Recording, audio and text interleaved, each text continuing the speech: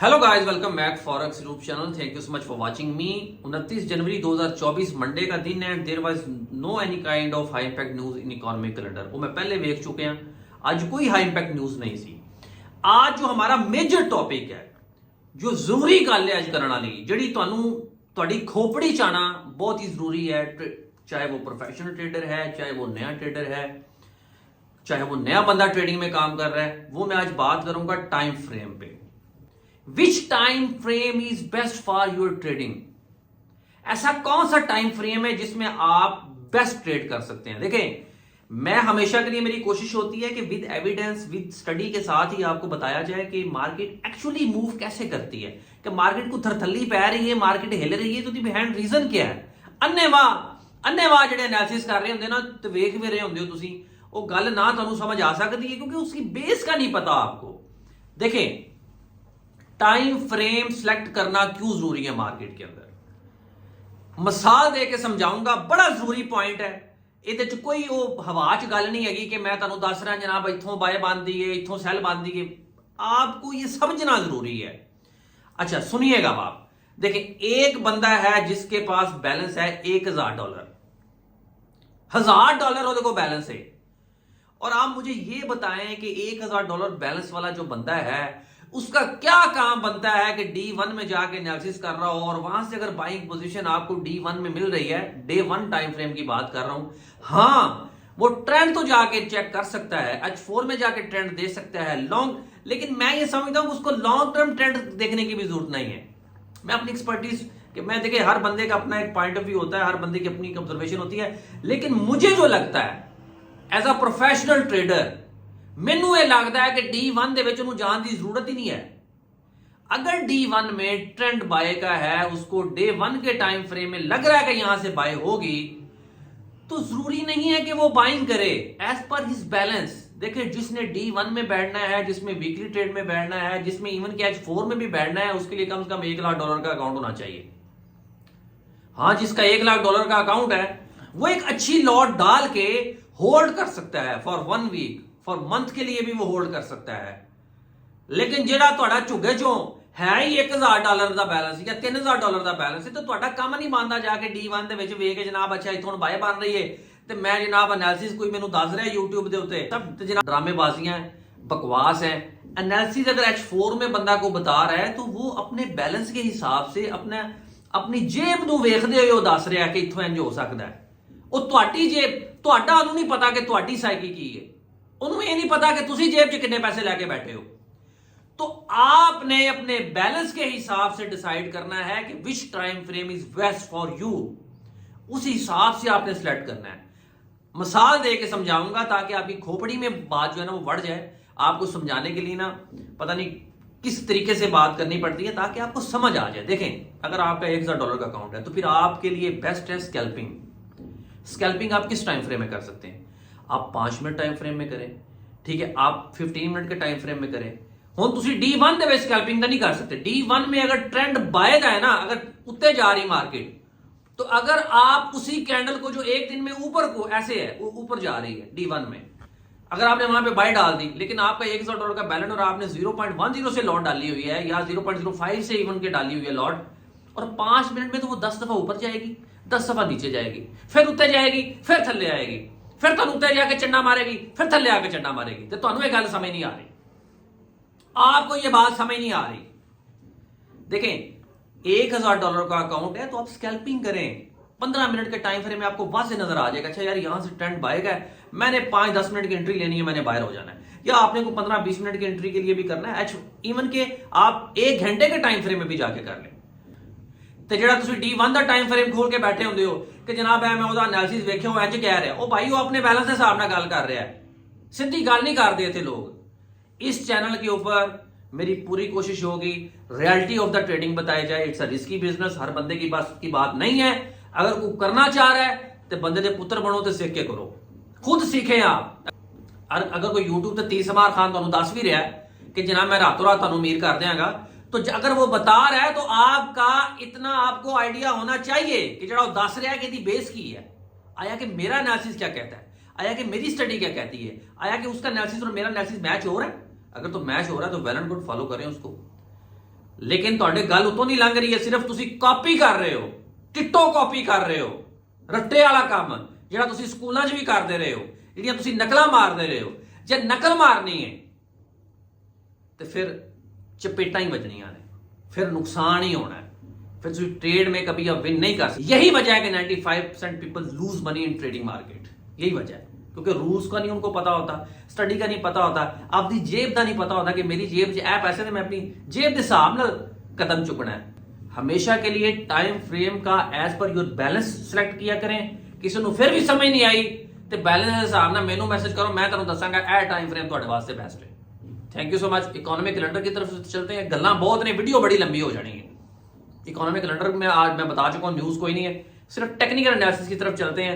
2 से 3 मिनट के अंदर मैं आपको बताऊंगा कि कल क्या मूवमेंट हो सकती है टेक्निकल एनालिसिस के मुताबिक। Let's come to the computer screen. उससे पहले सवाल याद आ गया, जो मैं तुहानू सवाल डेली बेसिस पे कम्युनिटी दे विच पोस्ट करना, उसका भी जवाब दिओ और फिर टेक्निकल एनालिसिस के मुताबिक मार्केट में देखते हैं क्या हुआ। जी guys, you can see here there is no any news, हाईपैक न्यूज कोई नहीं थी आज। सीधा चलते हैं सवाल के ऊपर। आज जो मैंने क्वेश्चन पोस्ट किया है, हाउ मेनी टॉप्स और bottoms does it take to confirm a trend line. अगर बाइंग पोजीशन आप लेना चाह रहे हैं तो कितनी दफा वो बॉटम को टच करेगी, 2 दफा 3 दफा तो कंफर्म बाइंग बनेगी, या टॉप को कितनी दफा वो टच करती है तो कंफर्म आप ट्रेंड का अंदाजा लगा सकते हैं जी हुण कंफर्म ट्रेंड उत्ते या थल्ले है। इसका जवाब दो बंदे दे पुत्रा तरह। गूगल तो सर्च नहीं करनी है, मैंने मल्टीपल ऑप्शन 1 2 3 सिलेक्ट कर दिए हमें। एक दफा मार्केट टच करती है, 2 दफा या 3 दफा कंफर्म ट्रेंड लाइन को हम कैसे रिकॉग्नाइज कर सकते हैं, दिस इज द क्वेश्चन। इसको करें, चैनल को सब्सक्राइब भी करो, बंदे दे पुत्र बनो, सब्सक्राइब मारो, बेल आइकॉन को प्रेस करो। अच्छा, उसके बाद हम सीधा सीधा चलते हैं टेक्निकल एनालिसिस के मुताबिक। देखिए आज कोई हाईपैक न्यूज नहीं थी, और अगर हम H1 की बात करें यूरो यूएसडी की, तो you can see here market नीचे को थी, लेकिन ये एरिया देखने वाला है। ये देखें, मार्केट थल्ले नु सी, लेकिन एक दफा सी मार्केट इंज लै रही है। देखो इथों मार्केट ने, जब रेंज में मार्केट चल रही हो, बड़ी गौर से बात सुननी यार, जब मार्केट रेंज में चल रही हो तो फिर ब्रेकआउट का वेट करते हैं। यहां पे बड़ी जबरदस्त एंट्री बनती थी सेलिंग की, ब्रेकआउट हुआ और आप उसको सेल कर सकते थे। टेक्निकल एनालिसिस के मुताबिक अगर बात की जाए स्ट्रॉन्ग सपोर्ट और रेजिस्टेंस लेवल की, यहां पे भी मैं एक अटैच करता हूं और आपको बताता हूं। ये देखें जनाब, तो ये इसका, ये 5 मिनट का खुला हुआ है। अगर कुछ स्कैल्पिंग कर रहा है तो उसमें है, लेकिन मैं अभी H1 में आपको सारा टेक्निकल का ओवरव्यू बता दूं। ये इसका एक लेवल आया था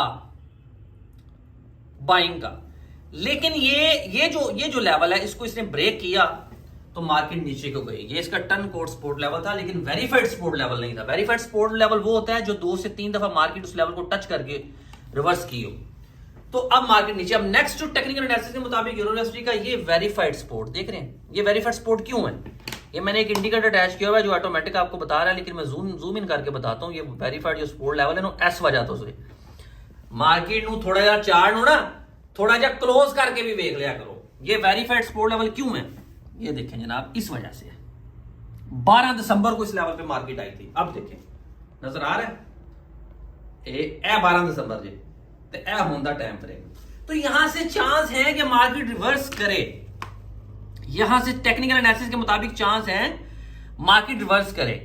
इसी तरीके से पाउंड को भी देखें, टेक्निकल एनालिसिस के मुताबिक नेक्स्ट लेवल यहां से रिवर्स हो सकता है, यहां से बाई हो सकता है 1.2657। ये भी पाउंड का भी वेरीफाइड सपोर्ट एरिया है। इसी तरीके से अगर यूएसडी जापानीज की बात करें तो यूएसडी जापानीज यहां से सेल हो सकता है, ये वेरीफाइड सपोर्ट एरिया है जो कंफर्म यहां से सेल बन सकती है। यहां से भी सेल हो सकता है, लेकिन confirmed area verified support level is a confirmed area for selling. Gold की बात करें, गोल्ड देखो, मेरा तो को सवाल है, गोल्ड की बाय कितों बनती? गोल्ड की बाय H1 में ट्रेंड बाय का है, यहां से भी बन सकती है। इस एरिया को अगर क्रॉस करता है तो फिर इस लेवल से भी आप बाय कर सकते हैं, सपोर्ट लेवल से। ये इसका भी वेरीफाइड सपोर्ट लेवल है। हर बार इंडिकेटर भी तबार नहीं करना है, ऐसे इंडिकेटर मैंने 10 नहीं लेना, लेकिन मैं अपना माइंड भी यूज करना है कि यहां से बाय या सेल क्यों बन रही है, what was the behind reason. अच्छा, उसके बाद हम लास्ट करते हैं बीटीसी का। बीटीसी यूएसडी, बड़े लोग बीटीसी में, आज मैंने बीटीसी में ट्रेड भी किए, मैं आपको दिखाता भी हूँ। ये देखिए जनाब, ये बीटीसी की ट्रेड है सारी, ये देखिए बिटकॉइन अन्नी पाई हुई है। देखिए बिटकॉइन का अभी जो हालात चल रहे हैं ओवरऑल तो ये है बाय का सीन।